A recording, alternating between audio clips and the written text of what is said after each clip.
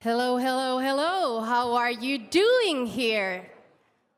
Good. I can see some of you have been getting lunch, etc., and are ready to go for the next session. Great to see you all here today. And first, warm welcome to the event, Investing and Gender Inclusion. What can investors do? My name is Blechingberg, and I have the great privilege to be your host for the next hour. We have a great lineup of speakers coming up here today, and later on we also have the great opportunity to network and talk more with each other. As mentioned, I hope you all had a great Slush so far.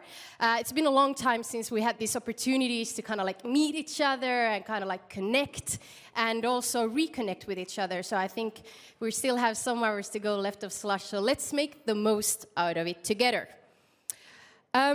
We have some of the greatest thought leaders to the topic taking the stage here today, so I'm really looking forward to the next hour. As the event is linked to generation equality, a global campaign to accelerate the rights of women and girls, I'm super glad we will all be gathered here today to talk more about the topic and what we can do to make a change. Joining forces on the event here today, we have the Ministry for Foreign Affairs of Finland, UN Women Finland, Inclusive, and the Finnish Business Angel Network. Some practicalities, we still have some lunch and coffee, water, so feel free to boost up with some energy. And as we're all here in a closed venue today, if you be tweeting or sharing something on social media, in order for us to create more awareness and let the people know who are not part of the event here today what's going on here on site, please use the hashtag Generation Equality. It's our job to spread the awareness of the topics that we are covering here today and the learnings that we'll be gaining. But hey, I think it's time to get started with the first speakers who will be taking the stage next. Joining for a fireside chat, we have Deepali Nangia, who's the co-founder of Alma Angels, part of the Atomico Angel program, and has also been awarded by the UK Business Angel Association as the Angel Investor of the Year. Interviewed by Eleanor Warnock, Commission Editor of Sifted. And both of them have been very active in the VC scene, so they know what's going on. So I'm really looking forward to the insights that we'll be gaining next. Welcome on stage.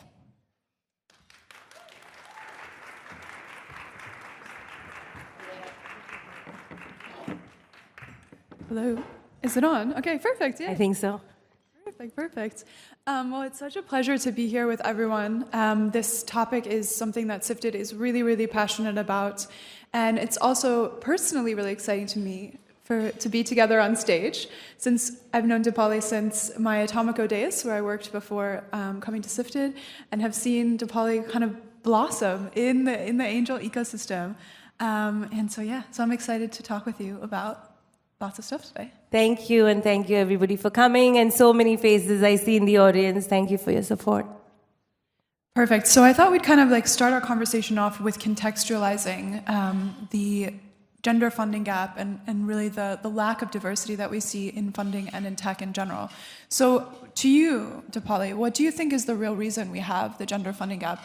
Is it a pipeline issue? Are there not enough female founders? Or is it a problem with the investors? When I first started doing this maybe 8 or 9 years ago, I felt there was a pipeline issue. I no longer feel there's a pipeline issue. I feel I meet amazing female founders every single day building large scalable businesses. Of course, depending on funds, whether or not they meet their return criteria is completely different. But I set up Alma Angels, with 3 other people 18 months ago, and we have tremendous deal flow coming through it. So it's definitely not a pipeline issue. I think some of it has to do with women proving out certain business models, such as in femtech, for example.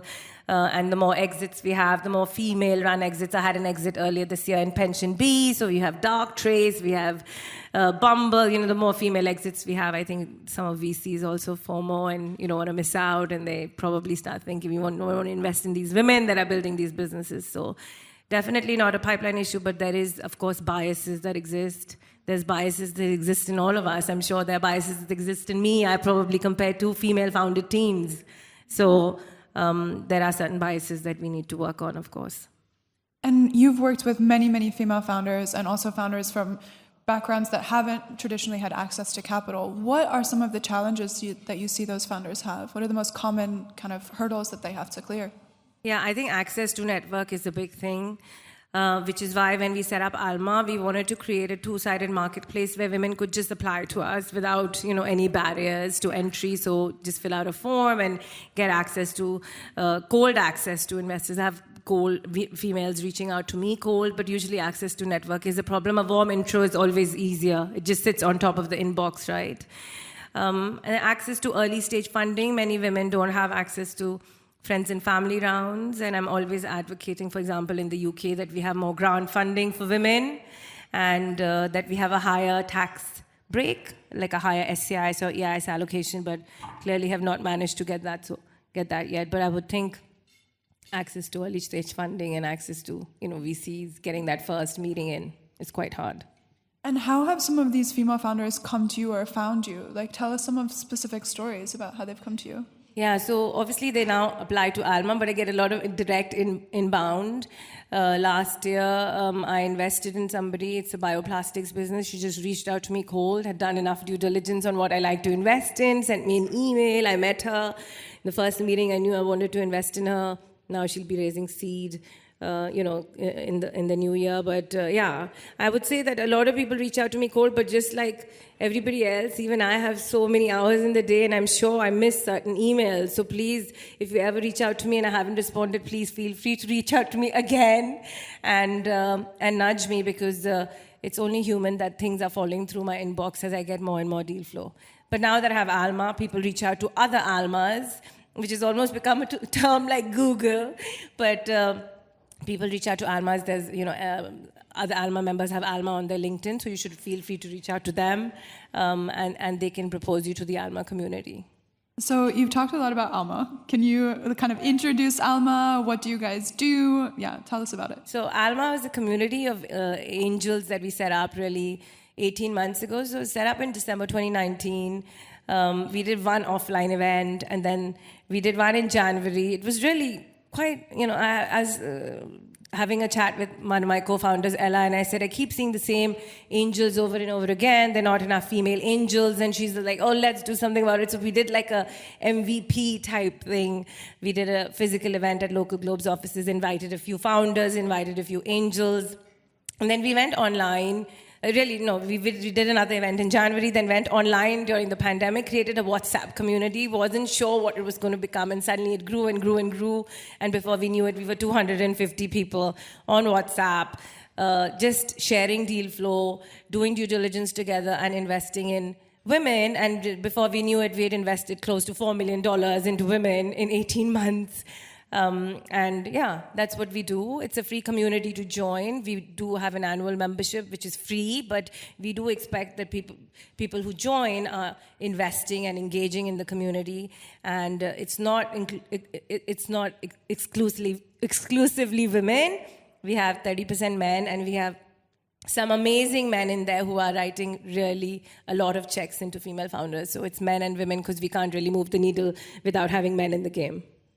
Definitely. So I feel like angel investing can seem really intimidating a lot of times. Is there like a minimum check that you have to be able to write to be an Alma Angel? Very interesting. So obviously we have a lot of women start writing smaller checks. And really the check size is really, how much a founder is willing to accept. So we don't have any minimum requirements. You could be 5K, 10K.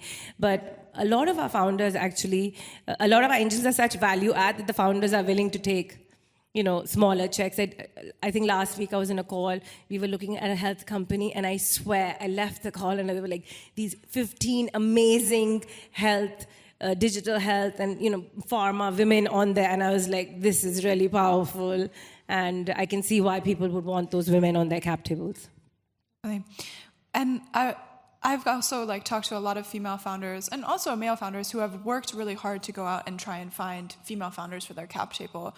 Why might it be appealing to go and do that extra legwork to find amazing women to invest in you? I mean, female investors on their cap table. So yeah, we get calls from, funds like, I don't want to name them here, but funds reach out to us and say, can we have some of your women on our cap tables? And I was like, are these men that you're investing in? And they're like, yeah, but these men want these women on their cap table. And I was like, call me when you're investing in a woman and I'll give you women for your cap table. So until then, it's not for us. But, it adds diversity of thought and diversity of leadership. And women just tend to be very supportive of the companies they invest in, and they want to get involved. It's not just about the capital, so it's always helpful to have them. Definitely. So you also have a unique perspective, right? Because you've done tons of angel investing, but you also work at Speedinvest, right? So you have like the big institutional VC view of things, and then also on the earlier, smaller end. Tell me what those two experiences has taught you about what needs to be done to close the gender funding gap. Yeah, so obviously when I look at things from an angel perspective, I'm not looking at the same return hurdles as I would if I were looking at it for Speedinvest, right? So I came into the fund, and to be honest, I think it's an amazing place to be. And culturally, we have worked a lot over the last year on changing our own internal practices and starting to measure things, because most funds don't even know the number of women that apply to the fund and how many go from like cold application to short list, to long list, to short list, to term sheet. So we started measuring that whole pipeline, which we started this exercise about 18 months ago. But, data collection also takes time, and having meaningful data also takes time. So we're doing that more.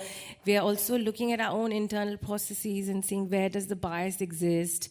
We do unconscious bias training, and we look at how we might be asking questions to women versus men, and then we're trying to standardize some of the due diligence lists in terms of questions. And we had a workshop last week, and at the end of the workshop, it was a female founder, and we wanted to make sure we debriefed and understood and made sure that we weren't asking questions differently.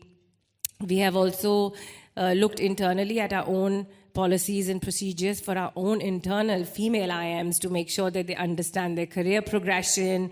We have paternity leave policies. We've done a lot internally to make those changes. We've set up a mentoring program for the women. And lastly, we're also looking at portfolio and seeing how can we help our portfolio companies be more diverse and recruit women and other minorities, etc., and more diverse people, but also how do we get more women on boards? And Definitely. What about, so, we talk a lot about gender diversity, right? Are there other forms of diversity or even kind of like angles of approaching this issue of a lack of diversity in tech that you think the ecosystem is missing or that's not being talked about? Yeah, I think it is being talked about, but gender diversity is obviously the easiest thing to measure, and I think a lot of people don't even have the data. They don't have the starting point of most funds don't have it, right? So I think it's the easiest thing to measure, and I don't even think CRM systems, I know that Affinity, for example, doesn't let you measure all female-founded teams unless you manually somehow put it in. And if you can imagine the number of deals a fund gets, it's really hard to do that manually, right? So I think the systems don't let you measure, and the systems let you measure, mixed teams, for example. So I think data collection is a big thing, but we would love to measure other forms of diversity, but also I think the GDPR and other, privacy laws don't let you do some of that yet, but I'm sure that it's changing and will change. Totally. And so you talked about, I don't know, when you look at the figures, when you look at the Atomico State of European Tech Report or many of the other reports that are released about diversity in the industry, you can't help but be depressed when you see the headline figures, right? And I think it's been, I guess maybe 3 years since the industry has really started to talk about this stuff. Over this time, you talked about a lot of things that Speedinvest is doing, that Alma Angels are doing, but do you really think that there's been change at a real industry level? Have we made any progress? I mean, we're part of the industry, but I would say that change is coming, but change always comes slowly, right? Because it is a marathon when you're trying to change so many people's, it's their way of thinking, the way of doing business, their practices. I definitely think change is coming. I have so many male partners who reach out to me from funds and say, tell us about the female founders you're investing in, tell us about your angel portfolio, we'd love to invest. So I know that there is an interest. There is an interest there. I do think there are also so many new funds, with female partners that have come. Again, I think that we need to change. I think the men need to be involved in this change. But I'm the first female venture partner first venture partner that's been brought in with a focus on female founders. I don't think that's ever happened before, right? So change is coming, but maybe to you it's feeling slow, but I can see it coming since I've been doing this for 7 or 8 years now. So that's good. That's a little bit more optimistic than I feel about the issue sometimes.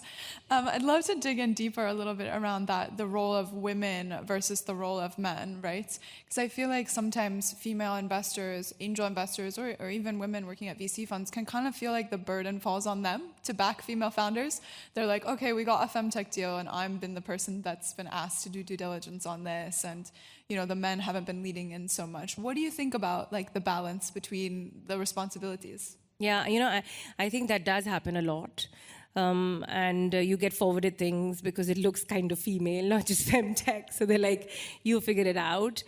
There's a positive and negative to that. Positive is, yes, I can probably understand it better, right? As a woman, I can probably relate to it more because maybe I've had that problem. So that's not a bad thing. There's a higher chance of that deal getting done, in my view. But to be honest, I do think, just like men take the time to understand crypto and blockchain and everything else that we didn't grow up with, and DAOs. So they should make an effort to understand these businesses for there to be real change. The reason I came to Speedinvest is the principal who ran digital health would send me femtech deals because he was really interested in doing one, and he would always send them to me and be like, let's talk about this. I want to know what you think. So clearly, there are men at Speedinvest who are very involved and interested in doing a femtech deal. But of course, they do want a woman's opinion. Definitely. That makes a lot of sense. And maybe, I guess we're getting kind of towards the end of our discussion, but I'd love to know, some examples of how you, as an angel, have worked with the companies that you've invested in. You mentioned, PensionBee is a really interesting thing. How did that deal work out? How did you work with the founder? So I met PensionBee, I remember. She was very early in her journey, and I had coffee with her, and I said, what's your valuation, Romy? And she goes, it was 24 million. And I looked at her, and I was like, 24 million? You don't have anything here yet. And she's like, well, it's 24 million. If you want to invest, that's the valuation. In any case, I invested. She went public 4 years later. And in those 4 years, she's had 2 kids and built a business really successfully. So it's phenomenal. But some of the ways I get involved is obviously fundraising advice. I'm very, very closely involved with. I have a few companies that are raising now, and I'm constantly introducing them to people, talking about the pitch deck, how to tell their story. Also involved in, somebody wants a product person, sending a message to everybody. I'm on a few boards, advisory boards. But really, they reach out to me anytime on WhatsApp, and we chat about all sorts of things. I've also been as a mother of 2, moral support for my founders who have kids and, find it hard to balance home and work. But really, I'm there for them for anything they really need, as long as I can help through my networks. And tell me a little bit more about what you do in working with them on raising the next round. What are some of the pitfalls, especially for female founders? What are the things that they don't understand, or that they where they missed up? I'm so happy, actually, because a lot of my founders are getting multiple term sheets right now, so I'm really excited. But some of it is obviously the metrics, pitching the story right, pitching a large enough vision. I do look at the deck. Probably rehearse with them. Then we also make lists of investors, and I always say tier 1, tier 2, tier 3. Let's approach your tier 2 and tier 3 first before we go out to tier 1, because then you're better prepped and your story is better by the time you get to the ones you really want. So just a lot of strategy around the fundraising. Also reaching out to American investors. Really, my network over the years is now quite broad, so helping to get to as many people as possible, as long as they're the right investors, and also picking the right investors rather than spray and pray mentality, right? Let's message everybody. So a lot around the strategy and how to tell the story. Yeah, definitely. I feel like that's something that a lot of founders don't really understand sometimes, you know, like this fund has this strategy, so you might not want to reach out to them, you know. And also, who's in their portfolio, is there conflict already? I mean, most founders don't do that work, right? But sometimes as an investor, some of that tidbit, or you're like, I don't think this is right for them, or they only do this, or etc. Because I'm talking to these investors quite often. Definitely. And in terms of, you're talking with U.S. investors as well, as you said. What have you been hearing from U.S. investors about what they think of European tech companies? Yeah, they definitely want to invest in European tech, and they're willing to pay higher prices and have a lot more capital. So I was with one last night, and she said the same thing to me. She's like, we just tend to be less risk averse than the Europeans, So definitely have a lot of capital and want to invest in European companies. Interesting. And so tell me a little bit more, maybe there's founders in the room, female founders in the room, going to be the next, big European tech success. What are you as an angel investor, even, as a, venture partner, interested in? What areas are you interested in? So I've done a lot in health. Obviously, I love health. My father was a scientist, so I grew up with health all around me. But I've done a lot in women's health, but maybe I did, cancer this year, and I did, dental health. I did eye health, so quite broad. I love sustainability. I actually love things, climate tech. I like things with a big impact. But at Speedinvest, we invest across all verticals, pre-seed and seed. We do fintech, climate tech, deep tech, industrial tech, anything software enabled, and obviously health tech. And we also invest Series A and B when it comes to fintech. So quite broad. So definitely, please come and see me. My focus still is at Speedinvest is female founders. And if a founder sends you an email or reaches out to you, what do you want to see in the first email? Yeah. A blurb, because most people don't even put anything. Can I have a coffee with you tomorrow? Or can I have a coffee with you this week? It's usually, I'd love to see a blurb describing the business, a short paragraph. What stage are you? Little bit about the founders, maybe even a LinkedIn profile. This is, or like two lines about the founders, how much you're looking to raise, and with a pitch deck attached, because it makes my life a lot easier than having to open the pitch deck and go through that stuff. And when it's not for me, then I can even send the Alma form, or I can send it to 5 other people. But I think having that in front of me makes my life easier. Mm-hmm. And I would say that you should do the same for any investor that you reach out to, because it makes their life easier.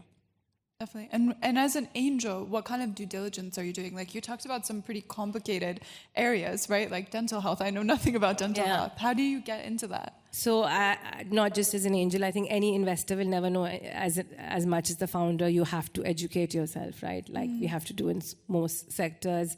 I think with an angel deal, I kind of know in the first meeting that I want to do it. I don't know, there's something about it. There's something about the founder that what I call the mission, the vision, the passion is kind of showing in the call, or I'm feeling it in the call. So, and is that like over a coffee, or is that even over Zoom? I've done so many deals over Zoom now, but I think it's the ones. I know the ones I want to do. I know the ones I don't want to do. There's something about it when I ask a question, or there's something about the market, or there's something about the testing, and I feel there's something not right. But it's the ones that are the gray areas that take really long for me. And then I think about them, and I might sleep over them, and I might talk to, have friends who are like marketplace experts, or have a friend who's a fintech, who's a crypto expert, and I might call and be like, oh, I met this business. What do you think? Do you want to look at it with me? I send it to some of the Almas, and, and then I'm like, let's look at this health deal together. So I also crowdsource a lot of expertise, because it's not possible for me to do all of it on my own. Yeah, hence the appeal of something like Alma, right? Yeah, exactly. Yeah, you can really just talk to everyone, discuss, do due diligence together. Yeah. Super cool. So my final question is just, can you give 3 pieces of advice for aspiring female founders or founders from backgrounds that traditionally haven't had access to capital? What would you say to them? 3 pieces of advice. I mean, I would definitely say that you should reach out rather than not, because I often find that women don't actually, because I was talking to Alina yesterday, and she said to me, I don't reach out to people on LinkedIn. I have a friend who reached out, and guess what? He got a job. To be honest, I got my first job. I called, I think, every alumni in the alumni database in university, and I got 1 interview, and that's how I got my first job. So I would always say definitely reach out, and we'll get many no's before we get a yes, and it's okay, because you only need that 1 yes. you really need only 1 yes to get funded, and you only need 1 yes to get a job. So I think women are very resilient, and I think we just need to just be relentless at this, because it is very hard. Fundraising is very hard. And also lastly, do some due diligence on your investors and get people who really can add value, because there's so much capital out there, but you want people around you who can really help you and support you in your journey. Amazing. Thank you, Deepali. Inspiring as always. Thank you. Thank you for having me.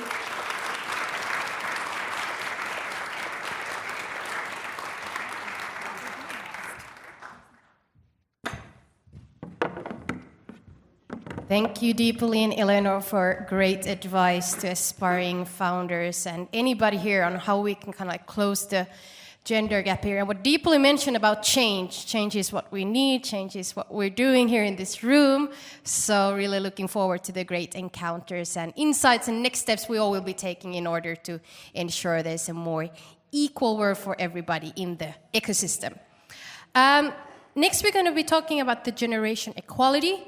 How a global movement can accelerate the rights for women and girls. Joining us here on stage, we have Jyrki Pulkkinen, who is the Ambassador for Innovation at Ministry for Foreign Affairs Finland, and Kaisa Alavuotunki, Director of Impact and Sustainability at Finnfund. Stage is yours, and welcome. Let's give a big round of applause. Thank you very much, and good early afternoon from my on behalf, and also on behalf of the Minister of Foreign Affairs, who is organizing this event. I was warned that there are no shows today, but I don't think this applies to this session at all, because there are so many people here. That's good. Gender equality is a priority for Finnish government in our foreign policy and also in development policy. It has been for a long time already. And I'm really happy that that Finland could actually join to the generation equality and co-lead the coalition related to innovation and technology. That's really something that fits to our profile very well.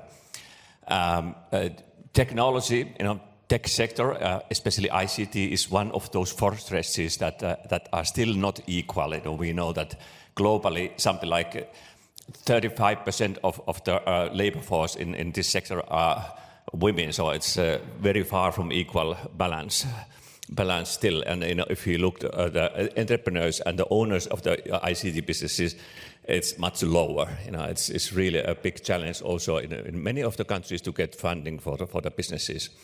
So I think by organizing this together with UN Women, this session is really needed.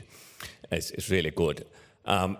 In Finland, we have also a funding agency that is targeting especially the developing countries and growing economies. And then, of course, the gender equality is one of the priorities also in that. That's why I thought that I better to take Kaisa Alavuotunki with me from Finnfund, who will then tell a little bit about how we are funding, how we are addressing this in our funding programs, and maybe then it's good for you to see her here, that you can later contact her. Kaisa, floor is yours. Excellent. Thank you so much, Jyrki. Yes, I come from Finnfund, who is a Finnish impact investor and development finance institute. We invest in developing countries mainly. And I wanted to tell you, start with a couple of anecdotes actually from my impact investing career. 4 years back, I was visiting a company, a prospect investee, and we were doing due diligence. And I was asking questions on their gender balance in their leadership teams. The company representatives on the other side of the table were silent for a while.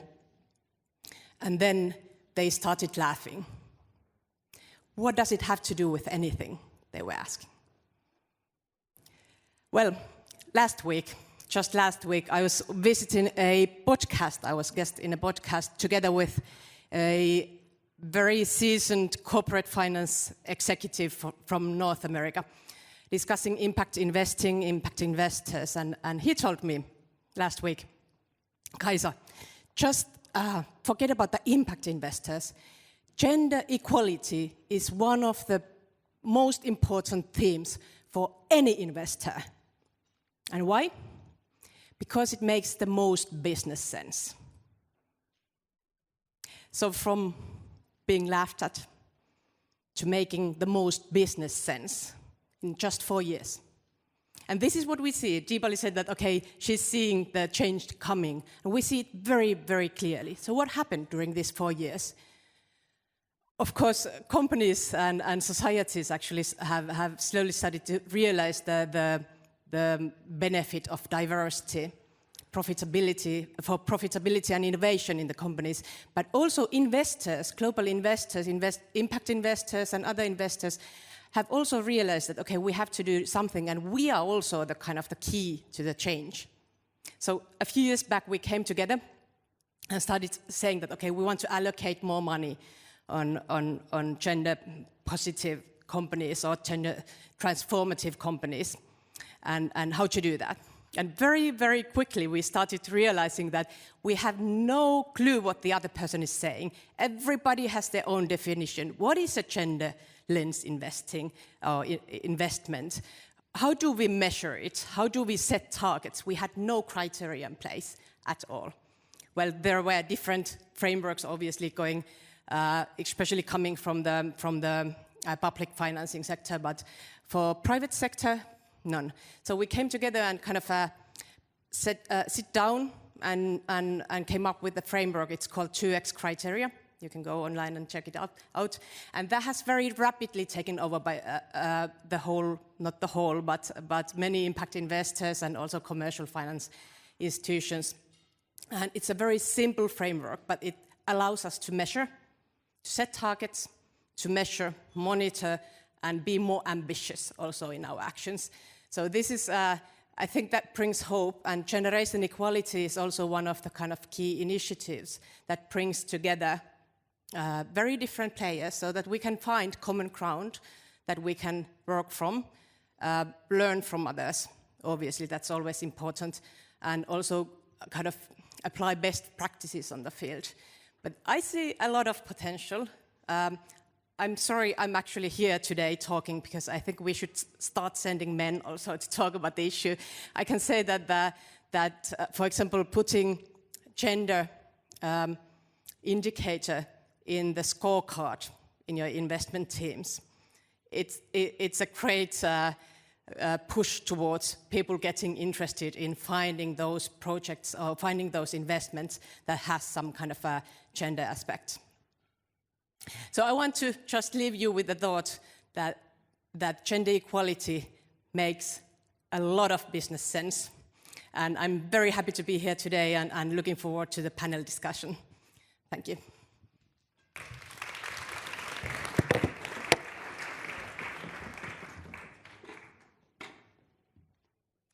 Thank you, Kaisa and Jyrki. And yes, Kaisa said in the end, gender and inclusion really makes a lot of business sense. And I think we're going to get some more insights into the topic in our next panel discussion. And we have some great bunch of investors and founders who are going to take the stage. So we'll be going to hear more from Andreas Helbig, who's the senior associate at Atomico, Daisy Onubogu, who is the head of network and communities of Maki.vc, Dora, who's the co-founder and CEO at imagiLabs, Milja Laakso from UNICEF Venture Fund Lead, and moderating the discussion, we have Reetta Heiskanen, who is the platform and marketing manager at Maki.vc.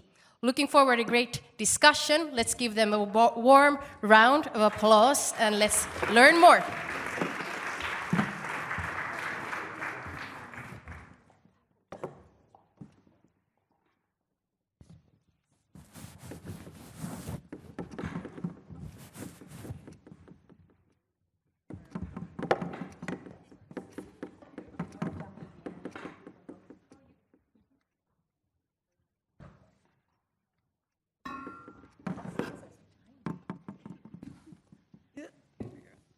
All right, Slush Day 2, let's go. So freaking great to be back at this event. I just love Slush. So amazing to be surrounded by such friendly faces. I hope you've had an amazing experience so far. Today we'll discuss gender investment strategies with these 4 brilliant minds. So we have Andreas Helbig from Atomico. He's the senior financial associate at the fund. So Atomico was founded in 2006, and they have several very successful investments such as Supercell, Skype, Memphis Meets, just to name a few. Then we have Milja Laakso from UNICEF Venture Fund. UNICEF Venture Fund was actually launched in 2016. And they make 50 to 100K early stage investments in open source technologies that are being developed for children. And then we have Dora Palfi. She's the co-founder and CEO of imagiLabs. It's an edtech company making products that empower girls with skills and community to create with technology. Welcome. And last but definitely not least, we have Daisy Onubogu. She's the head of network and communities at Backed.vc, a London-based pre-seed seed stage firm. And maybe you went to their party last night. I unfortunately missed it, but they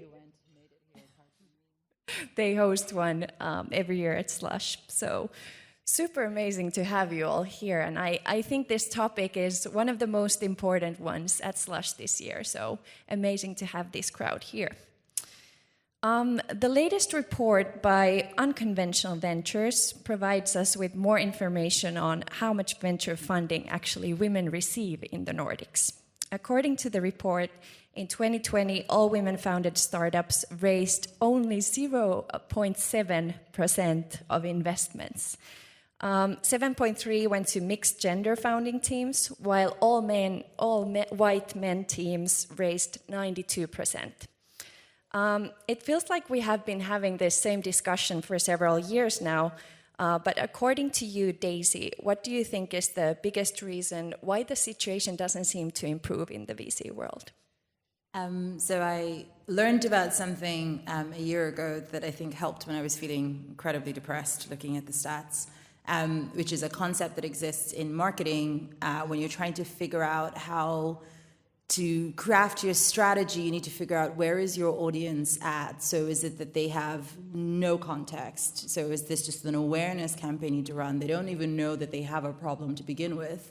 So how are you going to start talking about what they need to do to solve it? Or are you dealing with where they have medium context? They know there's a problem, but they're not really sure what to do, and that's when you start mostly talking about solution, or you're talking about high context where everybody knows there's a problem, they already know some solutions, and then you're just trying to compete in terms of, say, we're better than them on price and such and such. I think there's a huge similarity there in how we think about movements as a whole. For such a long time, it was just the same choir preaching to the same choir, being like, have you noticed it sucks? And then everyone being like, you're right, it does suck. And then we leave, and then we come back the next year to be like, it does suck, doesn't it? And then we repeat again. And then you had the stage 2, which was, hey, power holder, have you noticed it sucks? And they're like, does it though? Are you sure? What if it's only anecdotal? How bad could it be? I know a gal, she got investment. And then we had to do all the data to be like, no, it's not anecdotal, no, we're not exaggerating, no one's being emotional. And then only now is it sort of harder, I think, as an institution to hide behind words, because at this point there are policies and programs and processes, and so you can't say, oh, I have all the good intentions and get away with that now on a panel, because nobody gives a crap about your intentions. They care about what you have or haven't done. And so the more that gap narrows in terms of, can you either you're included because you're doing the actions, or you're excluded because you're not, the more it sort of the change accelerates. And I think the other part is venture and investing is like a significantly more conservative game than people give it credit for. It's proximal to innovation, but it's like parochial.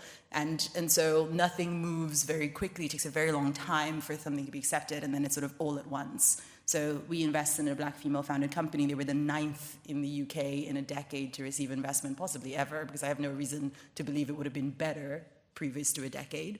But then after them, 5 more have been invested in, I think, in the same month or something. So it's nothing then exponential. So it's a bummer, but onwards. Milja, do you think the situation is improving from UNICEF Venture Fund's perspective? So for us, at least, what we've seen with COVID is again a bit of a drop, right? especially in investments into female-founded companies. So while the industry as such, or in general, has kind of risen, we still really need to put emphasis, I think, again, now that we're kind of restructuring the investments to really focus on the diversity part of things. Andreas, what would you say? What are some concrete actions that Atomico has done so far to actually improve the situation? How much time do we have? No. I'll stop you at some point. Okay, no, well, first of all, I think the first realization was really, well, it is a problem and we have to solve this. And the first step was always to get data in. And I think we always do this State of European Tech report, which is coming out next week. So sign up for the event. And the first thing was really to get data into the pipeline. And I think Deepali was talking about a very operational problem of venture capital funds is how do we actually track the diversity stats of the founders in our pipeline? And it's very manual, unfortunately. So first thing was really to get in data and to force people to enter these type of data. That was one thing that we did. And yeah, well, there's tons of initiatives that we have done. And well, maybe one piece of context here is we're a fund that's focused on Series A and beyond. So usually there are other funds, such as Maki, who have invested in before.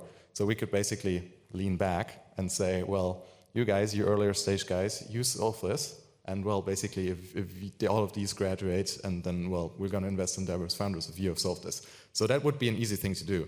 But this is exactly not what we want. We want to really be agents of that change. And also, Deepali was one of our angels, and that's one of the things that we do, is we have angels or scouts, or however you might call them, who we pick deliberately also based on diversity criteria, and who have, as a result, invested in 55% underrepresented founders in the Atomico angel portfolio of all the founders. So we try and build up the pipeline. We do our things. We try to be approachable. We partner up with various initiatives, do office hours in order to really get to the point where the pipeline is being fed up and not fed up, but fed, and where well, there's more and more founders who graduate to that Series A stage, and we really have to do a lot of different small actions to nurture that ecosystem and to really be able to do that. And one other thing that I forgot is we also have to look at our team, and definitely one thing that we've been tracking is our gender diversity as an investment team, and we're proud to have 45%, so still a bit to get to 50-50, but we're 45% of the investment team who are women, and I think that's also one really big driver of change. Dora, what would you say? How does this all sound from a founder perspective? What kind of experiences have you had while fundraising? Right, just to first react to what you said, of course, as a founder going out fundraising, what you experience first is that most of the decision makers are not women and not people like you, which can lead to this perpetuation that most people invest in things that they understand, relate to. So maybe what you're working on and your story doesn't resonate so much. But I must say we're proud investees of 2 Atomico Angels as well as Unconventional Ventures. So there have been these type of initiatives that has really, I think, made it somehow like more normal to go out fundraising, even if you're not, the traditional type of founder. That being said, most of our, the fund that I raised or the funding that I raised, most of it had come from successful male entrepreneurs, but still it's been important to also bring in sort of, the diverse investors and investors that I can relate to more as well. Such a good point. How do you think investors could be better allies for founders? Well, Deepali talked about this, and I think this is super important, right? Like you're graduating from like one stage of your company to the next. So of course, I think in the early days, having investors who have done this journey themselves and who you can really talk to about like the problems that you're facing, and will like sort of graduate you to the next level, and raising that next level of funding is one of the most important things. What about you, Daisy?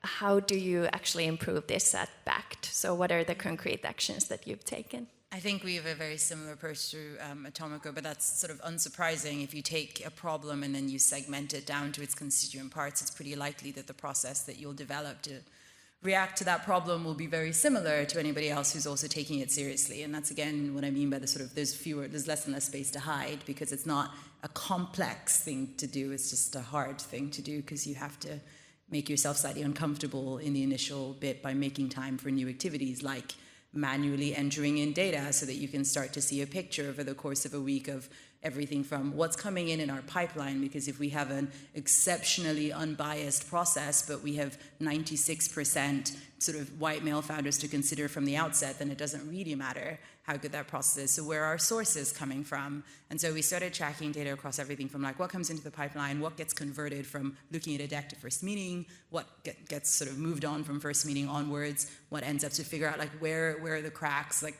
the initial pipeline was the biggest one, but so also was the sort of drop-off between deck review, et cetera, and then you can start to experiment with policies and respond to that and say, okay, where do we find active sources? Atomico Angels has been such a boon for just growing the space of sort of angel investors, especially in the UK, and that's begotten even more of that happening, angel communities all over. And then also specific funds that are focused on diversity. So building those relationships so that our pipeline starts to look very different. Looking also at things like, well, if there's this huge drop off from deck to meeting, then it's because some decks have signals that we're used to looking at, like, oh, went to that school, oh, came in through that angel.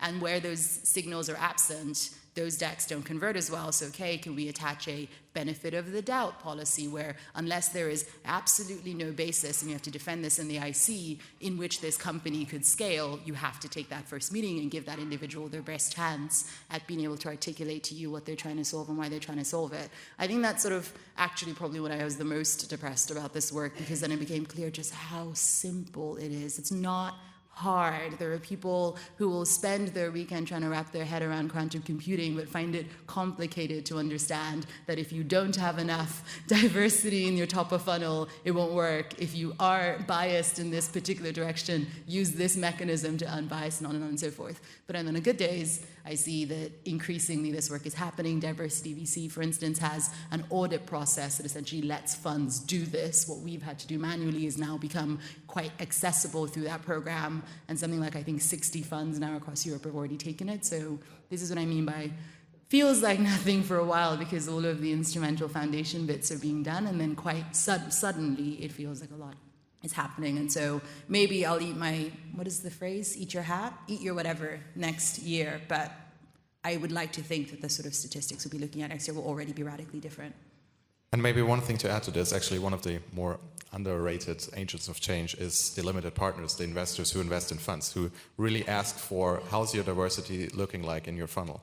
How many female founders have you invested in? What's the diversity on your team? They're really asking for this. We're fundraising right now. That's why we get a lot of these questions. And founders, actually, this reminds me, because increasingly you have founders with a degree of power, a degree of leverage, because, you know, you have the sort of, as we've said, resilient women who've managed to push through and then are in a position where their sort of term sheet is competitive, and they're in a position of a degree of power with which then they can make choices and saying, I want to see your stats and I don't. And sort of the Diversity.vc standard, for instance, which is an indication of what you are or aren't doing, is something now that will feature alongside reviews on landscape. And then all of a sudden it now becomes, because this is a FOMO-driven industry, it is to a huge extent about status and prestige. And when you start attaching shame to certain behaviors or pride, depending on where you want to go about it, I think you start to see a lot of behavior follow through. And Milja, also in 2019, UNICEF Innovation Fund launched an initiative to build diverse portfolio of investments. What have you learned as an initiative, as an organization from this initiative? Yeah, so when we first started this initiative, you know, we had a portfolio at around 33% of, you know, companies that had at least one female founder. But we said that's not enough, even though it's like way above, you know, industry standard. It's not on, like, you know, at our standard.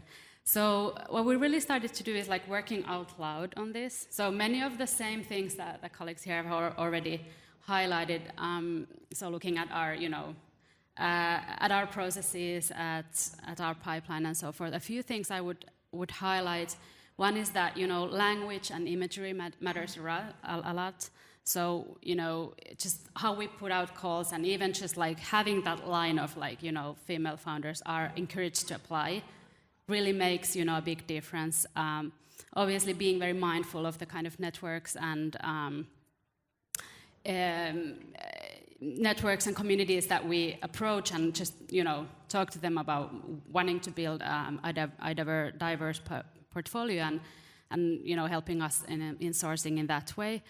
Another thing I think you also mentioned, which was then in the kind of like due diligence and selection process, giving that benefit of doubt and getting these female fund companies, even though like some of them maybe like the documentation is not quite there, getting them to the demo stage, having them to pitch for us, while, you know, obviously that's not the only selection criteria, but making sure that in the demo stage we have enough, you know, diverse companies really matters.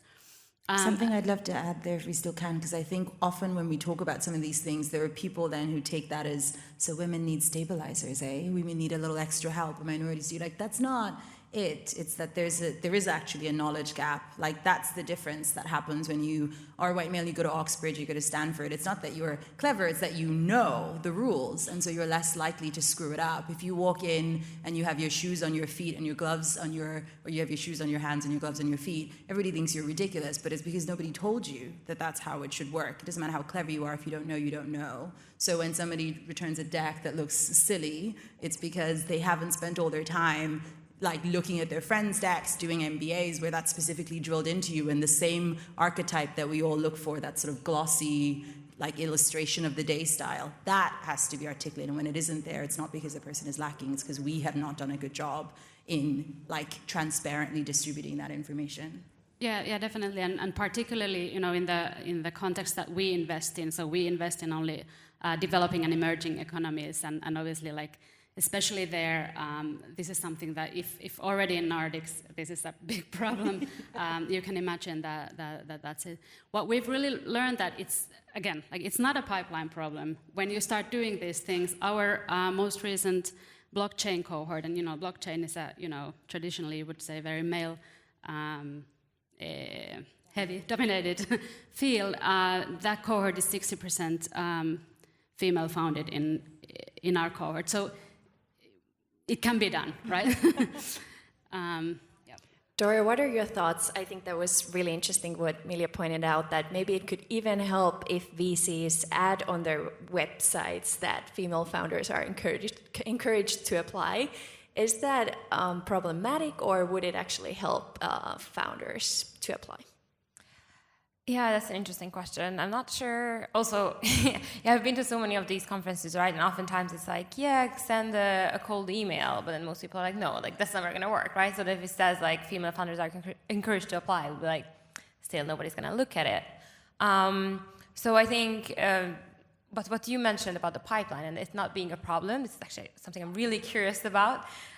Because I recently listened to a talk from the commissioner on European innovation, and I think she implemented this rule that for the Horizon 2020 funding, at least 25% of the pitches had to be from female founders. And then the funding went up from like 9%, I think, female funded companies to like 30%. So it also wasn't really a pipeline problem, but like women just fell out too early from the pipeline. So I'm just curious, so just twisting the question back, but like, do you actually have any data on this, or like what you're doing at the earlier stages in the pipeline? Is it something where you can actually implement a rule? Because I think, of course, nobody expects you to set a quota that like this percentage has to be invested. Maybe you should. Maybe.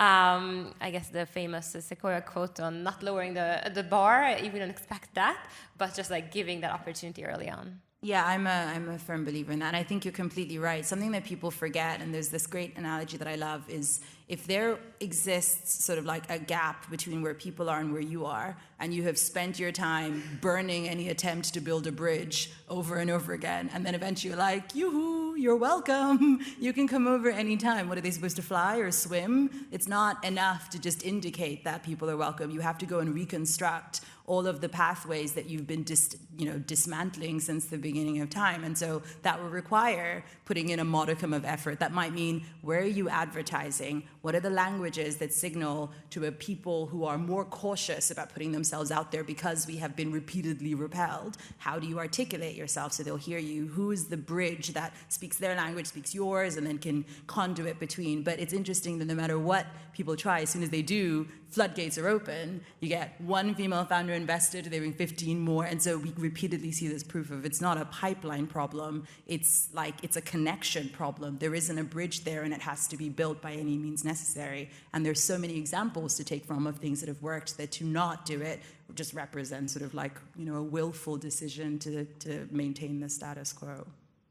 Andreas, what are your thoughts on accountability? How can VC firms be held accountable for actually improving this situation? Yeah, first of all, we're held accountable by our fund investors, by our limited partners, because they're asking for these. They're asking also for our diversity data within our pipeline, but also within our team. So that's one thing that we are accountable for. The other thing is to really be vocal about it. And, well, if we at Atomico, we are very vocal about this. So, well, you can measure and see if we would be successful with that in the end. And we have a diversity policy on our website, which you can look up. And, well, we put it out there. And if we don't live up to that, then, well, you can come to us and say, well, you're not living up to your standards that you put out there. And I think this is what it is. It's being vocal about it, saying, well, we're open, we really want to do this. And if we don't do it, then, well, please slap us on the head. And because we put it out there. This is what we want to do.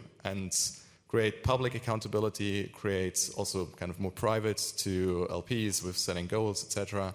I think these are probably the two steps that we have done with really getting things to work. What about Dora? What could VCs do better? I'm really just thinking what you again already said, that first we were just talking about it and now there's more numbers. I think, again, I would be just interested in, not just the final numbers of like how much is invested in women, but like, how many women make it to like the different stages. So you can really see, how that process is. So I guess just more numbers. I like numbers. All right, more data. The numbers for us, so we have a goal of underrepresented, which includes ethnicity and gender diversity, of 40% in the portfolio. 40% of companies should have at least one. And we're at 33%, so we're getting there. We have improved, we're not there yet. And 40% is probably also not the end goal. Things that are measured get done, right? So I think, that's really the best way to go about it. Go ahead, Daisy, if you were going to add something. I was just thinking that in terms of accountability towards the funds that aren't, pushing this already, aren't driving this forward, the sort of, silent majority or whatever we want to call them. I think we often sort of get stuck trying to reinvent the wheel, but accountability is the same in any space. Like, what are the mechanisms that keep people accountable? It's sort of social reward and social punishment. It's some sort of like press or that kind of public disseminator of information, and those pieces of infrastructure are starting to get built. So, Sifted's report of specifically how many female founders have or haven't been backed by certain funds, that kind of reporting never happened before. Now suddenly you can't be like, we're trying. You're like, you're literally not. I can see the numbers. We all read it. And so it becomes much harder, I think, for that kind of like, we all care together bullshit that keeps the status quo. But moreover, things like, if the social reward goes to how many did you back, how close to the Atomico standard did you reach, or did you surpass it, then to be excluded from that becomes very uncomfortable, and that helps in those sort of like what you can't explicitly regulate for. But I think the last piece, the kind of real absence that we have, is any kind of regulatory pressure or encouragement. Like, where is the tax incentive to do this? Like, where is the some degree of like pain in not doing it? And I think until that happens, we won't see the kind of accelerated like reach we could. And people get very scared of quotas, as though that implies you would just go down and be like, this one has a vagina, she may run a company, as opposed to there's already loads of people who fit that criteria. You just have to have an incentive to go look for them. And I remember somebody once in the argument about quotas in like Irish Parliament pointed out that if we let things naturally evolve as they were going, it would take 116 years to achieve parity in a country that has more women in it. And so I think there's something about where is that piece? Like, where is the regulatory infrastructure? But I imagine that's also coming soon, mostly because I keep harping on about it in panels. So you're obviously kind of the investors and founders who are thinking about this on a weekly basis, and you're the drivers of change. I think that was brilliant how Kaisa just pointed out in her keynote earlier that investors can be the change. But I think not all investors maybe think the way you do. So what kind of communication and practices would motivate other investors to be part of the conversation, actually solving the problem? Like, how can you actually motivate everybody around you and in the VC industry to change this for good? Maybe I can go first. Well, I think it's, again, coming back to the numbers, like showing the bottom line, right? We've heard today as well several times that it's not just a nice thing to have to invest in diverse teams, but it's actually better for your return. So once you start, tracking that and showing that, obviously, that's much easier to kind of make the case. What we've learned just looking at our numbers is that out of, for example, in terms of impact, out of the beneficiaries, all of the beneficiaries of the companies that we've invested in, over 75% are from female-funded companies. And also, like, out of our best performing, so in terms of revenue and follow-on funding, also majority are female-founded or diverse teams. And we've had 5 major exits last year, and 2 out of those are also female-funded. So those are the kind of numbers that we also need to start talking about, not just like, why aren't you doing this to be nice, but it's smart investing, smart business for you. Yeah, I think, Daisy, you pointed out peer pressure. That's something that we can create, sort of by exactly being vocal about these types of topics, and by creating an environment where this is celebrated, where this is demanded, and well, with that we gradually push others there as well. I think Well, yeah, I think it's just like, this is kind of like the black hat, so like the peer pressure, which is good. But I think the white hat, like really like pointing out like amazing female-funded company that have gone, or like not just female, but like diverse founders have gone on to solving problems that were like completely overlooked. So it really took a diverse founder and just also telling those positive stories and making, just being louder about that. That's also an important part of it. 100%. I think it's really telling that sort of the day after the news came out of this sort of black-founded unicorn that is the first one, I think, possibly ever in the UK. I got 6 different emails that were like, hey, we should grab coffee. It would be great to see more of your deal flow. Trying to diversify. I was like, all right, cool. But I think the other part that also is helping with this is that it is more, it's harder and harder to compete for talent in terms of hiring. This is not a generation that is satisfied with just clocking in and then taking their paycheck home, because we are living through societal collapse and or transition, depending on how you feel about it. And so impact is important. Knowing that the company you're giving so much of your time and energy to is actually making the world better is important. And it's harder and harder for any fund to find someone who's willing to pick them over another one if they can't compete on this level. And I think that is also making a difference in terms of bringing in, again, this silent majority into the active.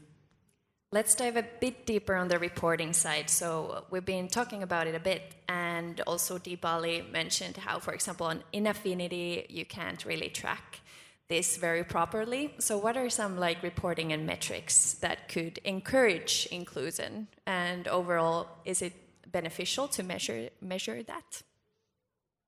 Huge fan of data, so so yes, it is beneficial to measure it. Well, because otherwise you don't have any really basis to make your decision on. We track a lot of things. I think every time someone wants to bring forward a company in our deal meeting, when we put together like a one-pager on it, and one of the bullets on the one-pager is how diverse is the team. And by the way, not only the founder team, but actually like also the ones that they've hired, because I think that is also very relevant. And particularly if we look at companies that have like 10, 15 people, that is very telling. Like this core set of people that you have hired back in these days, it's very much reflective of how your team will look like when it's 50, 100 people.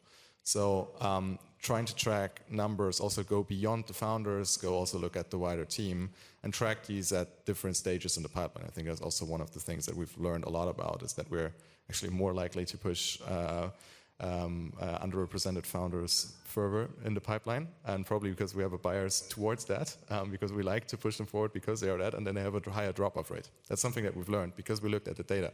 And there's numerous things that you can really, you can only uncover if you have these types of data available. And well, it takes some time to go through LinkedIn and say, well, is this an underrepresented employee or not? But you have to put in the time. And I think is it important enough for you to put in the time? I think it should be, but I think that's still a lot of investors ask themselves the question, well, how often should I do that? When should I do that? I think there should be tools to make this probably a bit easier for everyone, but if you find it valuable, you will put in the time.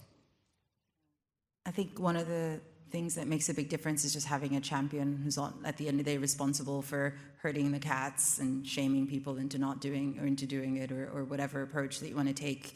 And some of it is also just like using all the information that's out there in terms of methodology. I think because anybody who's doing diversity reporting is so keen for there to be more of that activity, the methodology is always super open and transparent. And I think both Atomico and Extend Ventures on their report have done such a good job of encouraging people to be like, look, your data will always be imperfect, but you start with what you can, right? If at the very least you're indicating as you enter a company into Affinity on the column, what is the observed ethnicity, what is the observed gender? It's not perfect, but that's also what's relevant because the bias is on observation. It doesn't actually matter what someone is, it matters what you think they are. And so that's 2 columns of additional entry in Affinity, that's not that hard, but it's hard to get into the practice initially. But if it's someone's job at the end of the day in IC to be like, hey, it's not done, over time, that starts being less and less necessary. And I think in terms of systems and tools, we're starting to get there. I think it's always difficult for people to choose to build for VC because it's so small and for investing as a space. But I think it's clear you can see some, whether it's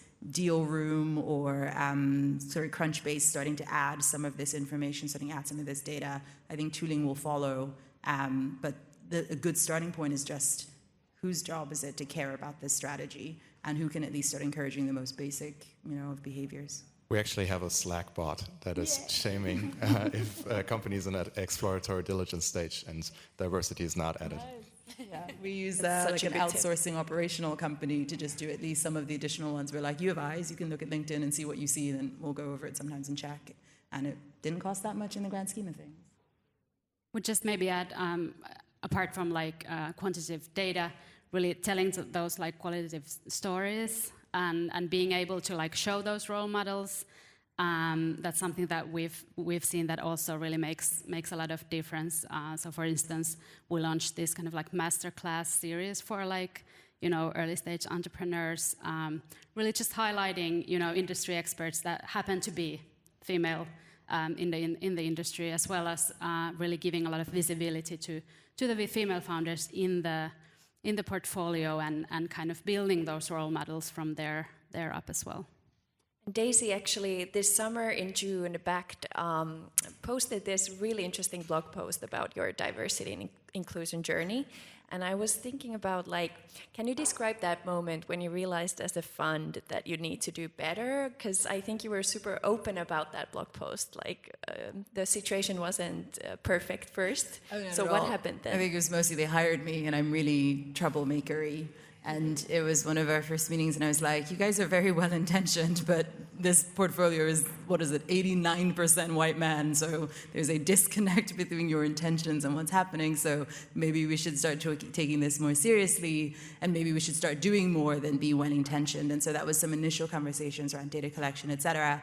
And then things, I think, for a lot of funds, were accelerated significantly by sort of George Floyd's death and the successive then discourse around how systemic racism works and how people can have all sorts of good intentions, but if you're replicating a process that was designed at a point when some people were considered less human than other people, there's probably going to be a degree of exclusion baked into that process, so you might want to think about what you're doing. And so that made it much easier then internally to have the conversation of how do we go beyond what we're doing within the fund, because it's all well and good, and I think, like you say, getting your house in order, but if you're upstream in terms of investing, then how many will make it to seed stage to be considered at all? How many will make it to Series A to be considered it at all, and so it's not enough. What can you do then on a systemic level? And I think that was just a discussion that it was harder to have beforehand because people's gap of understanding the nature of the problem was significant. But if nothing else, it's become normal for people to use the phrase systemic, which it didn't before, so that's a little bit of progress. So for us, that was the sort of like the initial turning point was, and this is again why it matters who you hire in the room, because who's in the room is part of like the breadth of the discussion you have. They weren't any, like meaner than I am as a person, but they had less proximity to it as a question, and so it was less urgent. On some level, nobody's happy about that undiversity, but is it keeping anyone up at night? Probably not, but it bothers me for obvious reasons, and so me being annoying about it in the room made the conversation more urgent, and then when that replicated itself in a sort of global macro sense, it really drove it forward. Super good points. What would you recommend to other VCs who want to learn more about this topic? Like any readings or events, or what is the kind of starting point? Go to the Diversity VC website. Just go there. Like it's all there, from the reports to the encouragement to the audits, and then increasingly also there are resources in terms of just trying to accumulate everything else that's there, the vast, endless amounts of literature that we've all written to try and articulate this problem to each other and then to others. And that's not the only one. There's sort of lots of other communities, YSYS, and actually the Atomico Angels as individuals are also really good resources just in terms of bringing that lived experience forward. But I will also plug the Diversity VC website. It's very good. Well, it's a work in progress. Yeah, and I think there's a lot of these diversity journeys that you have the one Creandum, I think, also is very vocal about this, how they are tracking against their journey. We have something out there. There's probably a few more. So there's ours. Google is your friend. Any other last tips, Milja? Who to reach out to if you, as a VC or as a fund, want to start your journey on this and do better? Not really know what to add to that. I think I think it was pretty well put. But just the information is out there, and it's really just starting to doing it and also making those mistakes and learning from them. Right? Like it's not maybe as straightforward, but you learn from everything. Such a good point. What about Dora? I guess I just polled a few people before I came on this panel, both funders and investors I talked to, and I think like one big thing is these conversations like still mostly happen among women, and this room is full of women, so I guess do that learning together with also the men at your firms and really involve everyone in that conversation. I think that would be one of the biggest ones. So if you want to learn about, maybe bring others in as well. Thank you so much. What a delightful conversation. And thank you to the audience. We'll continue from here. Thanks. Thanks.